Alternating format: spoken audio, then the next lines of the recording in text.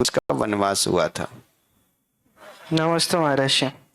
महर्षि, मेरी किराने की दुकान है। मैं दुकान में मांस मछली का मसाला बेचता हूँ, तो क्या मुझे पाप लगेगा? हाँ, बेचने पे 100% पाप लगेगा। आप छोटा सा काम करो। अगर दो दो मसाले अगर हम नहीं बेचेंगे तो कोई गरीब नहीं हो जाएंगे और बेचने से कोई अमीर नहीं हो जाएंगे।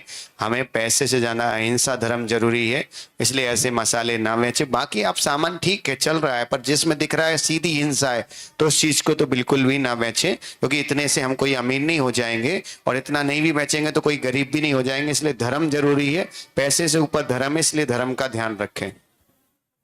16 रोड अहमदाबाद से अशोक भाई गांधी नमोस्तुल्य निवेदित करते प्रश्न कर रहे हैं। आचार्य श्री नागासेन महाराज जी ने तत्वानुशास्त्र ग्रंथ में नमोकार मंत्र का जाप करना सबसे बड़ा स्वाध्याय कहा है। यह किस अपेक्षा से कहा है? आचार्य नागसेन स्वामी ने तत्वानुशासन जो ग्रंथ है वो ध्यान का ग्रंथ है, और पंचम काल में स्वाध्याय को ही सबसे बड़ा तप कहा है।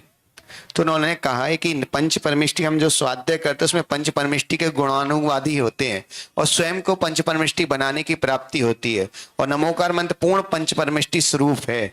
इसलिए उन्होंने कहा कि नमोकार मंत्र पढ़ने वाला व्यक्ति भी स्वाध्याय, जैसे आपको स्वाध्याय करने का नियम है लेकिन आपके पास ग्रंथ उपलब्ध नहीं है, कोई चीज नहीं है, तो आप नमोकार मंत्र भी अगर एक माला फेर लेते हैं शांति से बैठ के तो वो भी आपका स्वाध्याय गिना है, क्योंकि वो पंच परमिष्टि भूत है, वो ही आगम का स्वरूप है। अगर आगम का पूरा सार देखा जाए तो नमोकार मंत्र है, इस उद्देश्य से कहा है। और आगे तो नागसेन स्वामी ने एक और बात लिखी, 8 करोड़ 8 लाख 8,808 सफेद पुष्प से अगर नमोकार की माला कोई व्यक्ति करता है, जाप करता है, तो वह व्यक्ति नियम से केवली पर्याय को प्राप्त होता है। लेकिन करो 8 करोड़ बार। Do's and